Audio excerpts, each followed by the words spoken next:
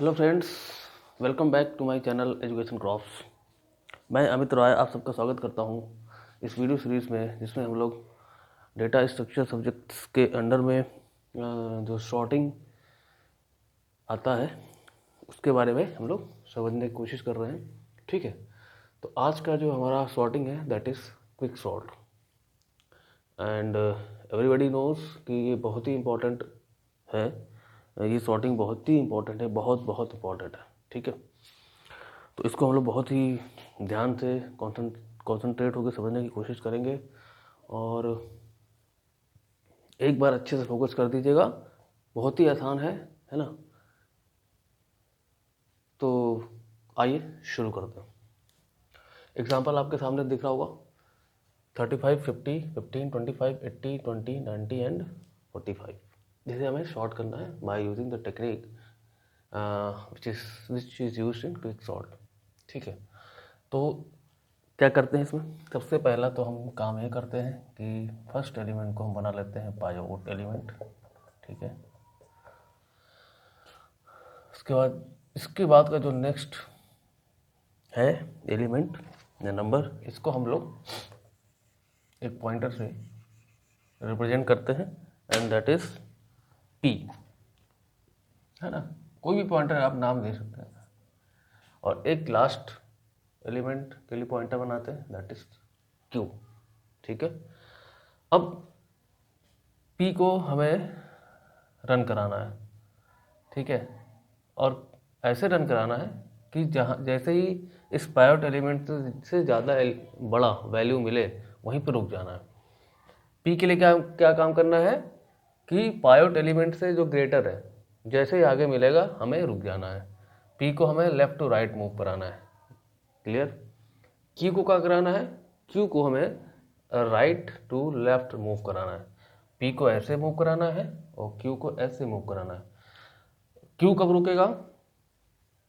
ठीक है, जब पायवट एलिमेंट से लेसर वैल्यू वाला कोई एलिमेंट मिल जाएगा तो क्यू वहाँ पे रुकेगा। आई थिंक सबको क्लियर हो गया होगा।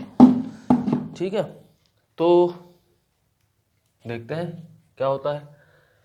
पी को हमने मूव कराना शुरू किया तो हमने देखा कि पहला ही जो 50 वो 35 से बड़ा है। ठीक है, तो फर्स्ट पास कराते हैं, पास 1। तो पी तो वही है जहाँ पे ऑलरेडी है, वहाँ मतलब 50 ऑलरेडी है 35 से बड़ा। अब 45, ये 90, ये आया 20। पहला एलिमेंट मिला जो 35 से छोटा है, तो क्या हो जाएगा? यहाँ पे क्यू आ जाएगा। ठीक है, क्यू हमारा कहाँ पे आ गया? 20 पे। ठीक है, इसके बाद क्या करते हैं? पी और क्यू वैल्यूज को हम क्या कर देंगे? स्वैप कर देंगे। ठीक है, swapping of P and Q values. ठीक है, तो जब फर्स्ट पास हमारा हो जाएगा तो रिजल्टेंट स्ट्रिंग क्या मिलेगा? ये तो पी और क्यू को हमें क्या करना है? इंटरचेंज कर दो। ये यहाँ गया, क्यू यहाँ गया, पी वहाँ चला जाएगा। ठीक है, ये आ गया 50 और other values as it is copy हो जाएंगी। ठीक है, 90 और ये 45, ये तो जो है फिर से वही काम करना है। अरे ये हमारा क्या है? पी है और ये हमारा क्यू कहाँ गया? यहाँ पे था। ठीक, क्लियर है? सेम प्रोसेस रिपीट करना है बस। फिर से पी को हम क्या करेंगे? मूव कराएंगे लेफ्ट टू राइट और क्यू को राइट टू लेफ्ट। तो जब ये सेकंड पास मिलेगा, ठीक है, 35 तो एज इट इज पायवट एलिमेंट है। 35 से बड़ा कहाँ मिल रहा है? ये मिल रहा है। ठीक है, बस कंसंट्रेट करने की ज़रूरत है। एक बार समझ जाएंगे तो बहुत ही आसान लगेगा। पी आ गया यहाँ पे, queue right to left move करेगा जहाँ पे 35 से छोटा एलिमेंट मिलेगा। 50 80 यहाँ पे मिल गया, क्यू यहाँ पे आ गया। ठीक है, अब यहाँ पे आपको एक नया चीज़ देखने को मिलेगा कि P और Q दोनों एक दूसरे को क्रॉस कर गए हैं। और जैसे ही ये इंसिडेंट अगर हो, P और Q एक दूसरे को क्रॉस करें, तो यहाँ पे क्या होता है, स्वैपिंग ऑफ पायोट एंड Q। ठीक, यहाँ पे पायोट और Q क्या हो जाएगा, इंटरचेंज होगा। ठीक है, ध्यान से समझना। यहाँ पे क्या हुआ है, P और Q क्रॉस कर गए हैं एक दूसरे को, यहाँ पे क्रॉस नहीं हुआ था। जब क्रॉस नहीं होगा तो P और Q वैल्यू चेंज होगा, जब क्रॉस हो जाएगा तो Q और पायोट वैल्यू चेंज हो जाएगा। ठीक है, तो अब सेकेंड पास का जो रिजल्टेंट होगा वो क्या मिलेगा हमें, Q क्या है, यहाँ पे 25 पे पॉइंट कर रहा है, तो 25 यहाँ आ जाएगा और 35 यहाँ पे आ जाएगा। ठीक है,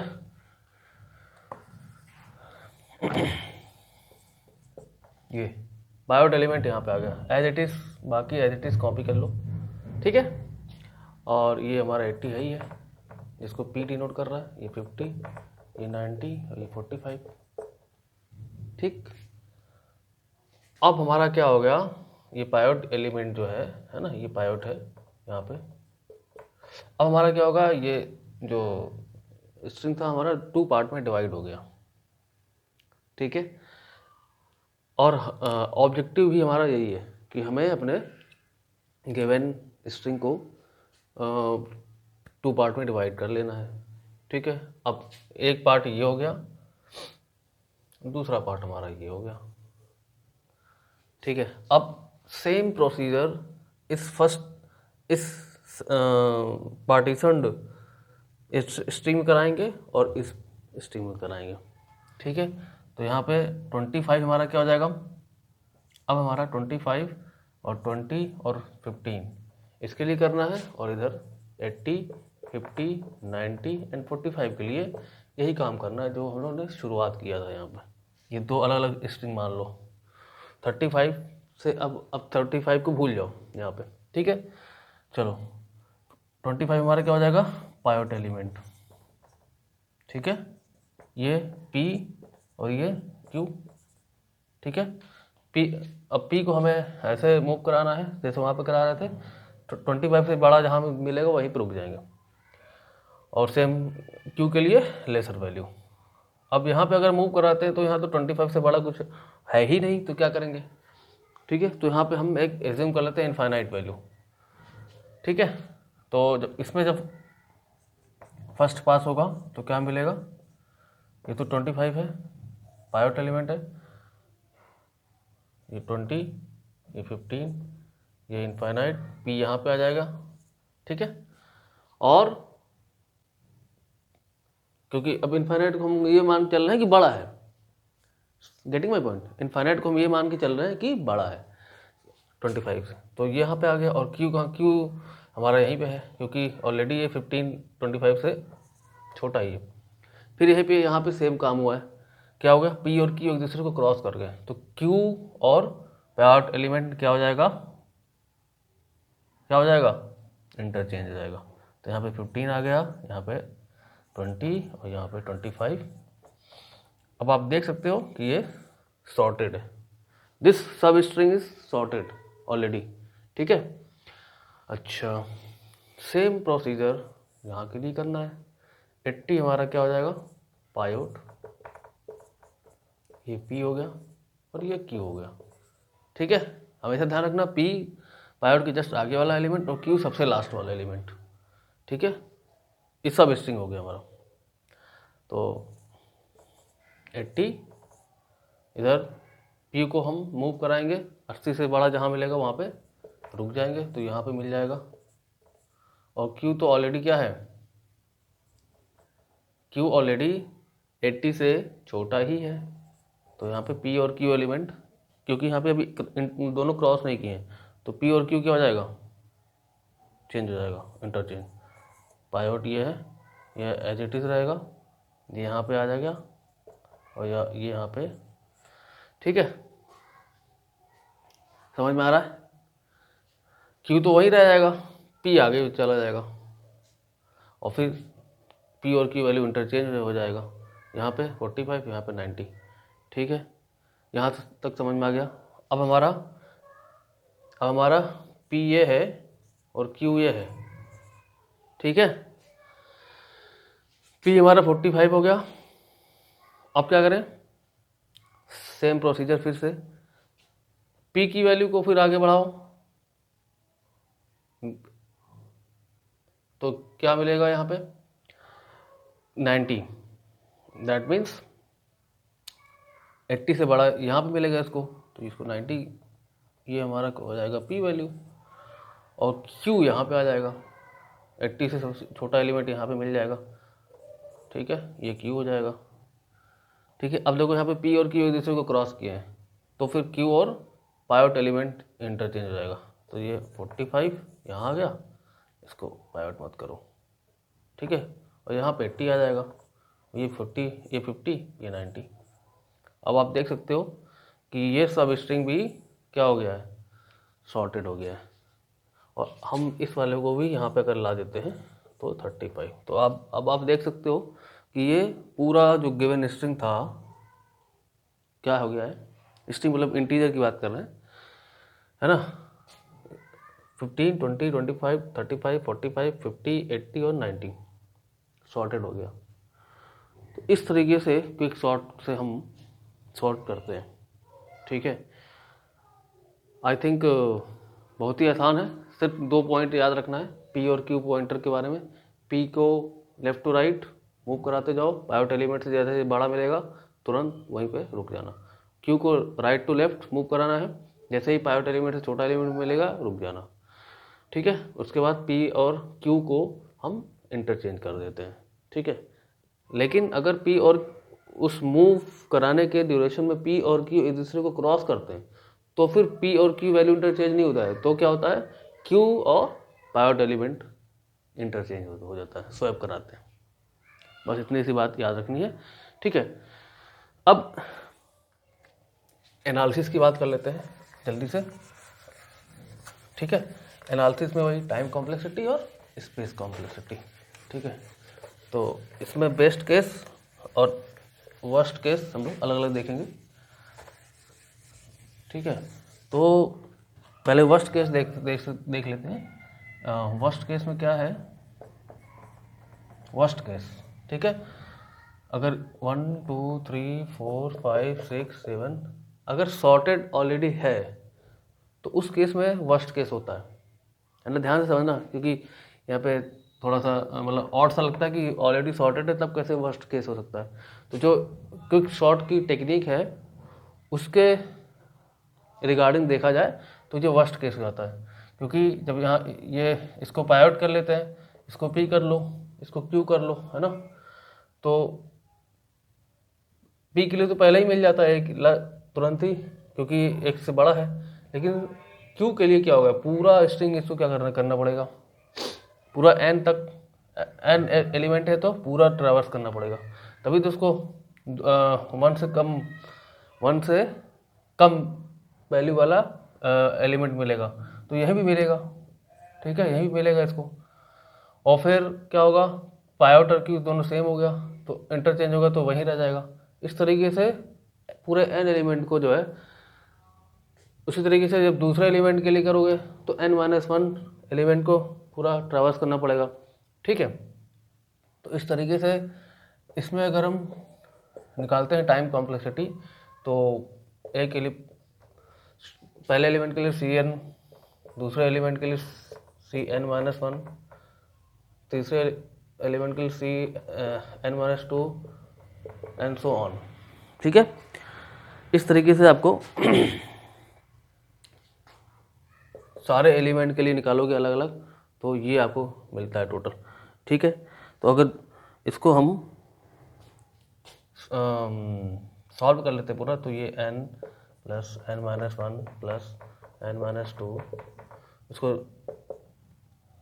एन हमारा क्या है, एन टाइम्स से जाएगा अगर, तो एन स्क्वायर आ जाता है, प्लस माइनस कर दो इसको, -1 + 2 प्लस एन टाइम्स ये भी जाएगा, ठीक है। तो क्या हो जाएगा, इसको ये एन नंबर्स का समेशन एन प्लस 1/2 होता है।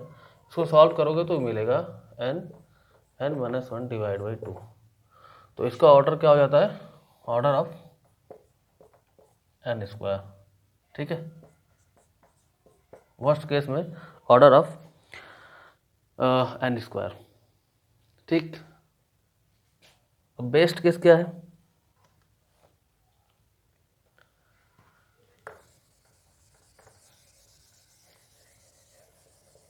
बेस्ट केस कब होगा,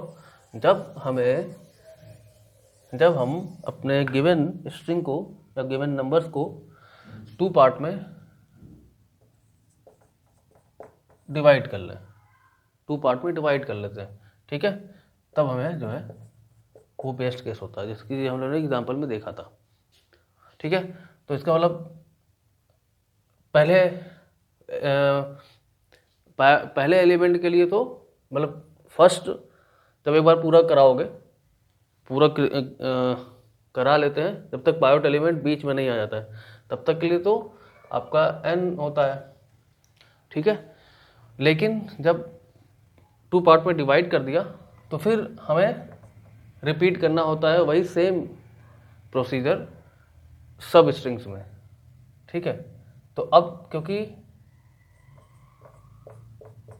अब सब मतलब हाफ डिवाइड हो गया तो n/2 एलिमेंट में वही काम करना है, ठीक है। तो ये हो गया बेस्ट केस में आपका, that is 2t n/2 plus n। अब ये आपका रिकरेंस इक्वेशन बन गया है ना, ओह सॉरी रिकर्सिव, ठीक है। ये आपका रिकर्सिव इक्वेशन बन गया है। तो इसको सॉल्व करते हैं, इसको जब सॉल्व करते हैं तो ये इसके लिए अलग वीडियो है, आप देख सकते हो, उसमें कैसे इसको सॉल्व करते हैं वो बताया हुआ है मैंने, ठीक है। यहाँ पे मैं डायरेक्टली बता दे रहा हूँ कि fn निकालते हैं, है ना, n of log a base p। यहाँ पे a की वैल्यू 2 है, b की वैल्यू भी 2 है, तो 2 ये 1 हो जाएगा, दैट इज n, ठीक है। तो अब क्योंकि यहाँ पे fn जो हमारा n आया है वो इसके इक्वल है ऑर्डर में, दैट मीन्स यहाँ पे बेस्ट केस में t ऑफ n आएगा n log n, O of n log n order का, ठीक है। तो ये आपकी हो गई बेस्ट केस की कॉम्प्लेक्सिटी, ठीक है। अब हम जो है स्पेस कॉम्प्लेक्सिटी भी देख लेते हैं। स्पेस कॉम्प्लेक्सिटी भी इसमें बेस्ट केस में आता है, बेस्ट केस में आएगा ऑर्डर ऑफ log n, ठीक है। और वर्स्ट केस में आएगा ऑर्डर ऑफ n, ठीक है। तो ये आपने देखा क्विक सॉर्ट के बारे में, इसमें हमने सारी चीज़ें बता दी हैं जो कि एग्ज़ाम के पॉइंट ऑफ व्यू से इम्पोर्टेंट है, इससे ज़्यादा कुछ नहीं आने वाला है, ठीक है। और आई थिंक आप लोग को सब वाकई में अच्छे से समझ में आया होगा। तो अगर आपको समझ में आया हो तो ज़रूर कमेंट करिएगा, नहीं समझ में आया हो तो भी कमेंट करिएगा, I will definitely solve your problem, your query, ठीक है। तो हमारे वीडियोस को प्लीज़ लाइक करिएगा, शेयर करिएगा, सब्सक्राइब करिएगा। नेक्स्ट वीडियो में हम नेक्स्ट सॉर्टिंग के साथ आपके सामने हाजिर हो जाएंगे। तब तक के लिए दीजिए इजाज़त। Thank you so much.